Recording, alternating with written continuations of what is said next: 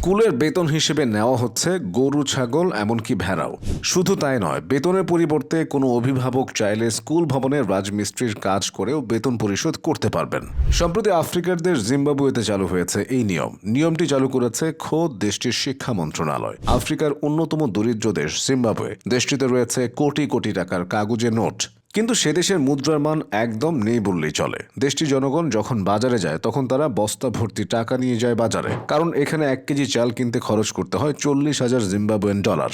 দুর্বল অর্থনীতির জন্য বহুদিন ধরে ভুগছে এই দেশটি, এমনকি দেশটিতে চলছে নগদ অর্থের চরম সংকট। তাই অর্থের অভাবে যেন পড়াশোনা বন্ধ না হয়, সেজন্য গরু, ছাগল, ভেড়ার বিনিময়ে স্কুলের বেতন পরিশোধের নিয়ম চালু করেছে জিম্বাবুয়ে। এছাড়াও দেশটির ব্যাংকে জামানত হিসেবে রাখা যাবে অস্থাবর সম্পদ, যেমন ইলেকট্রনিক যন্ত্র কিংবা মোটর গাড়ি। খরাপ্রবণ এবং অনুর্বর মাটির কারণে জিম্বাবুয়েতে ফসল উৎপাদন কম হয়, তাই দেশটির প্রধান আয়ের খাত পর্যটন শিল্প।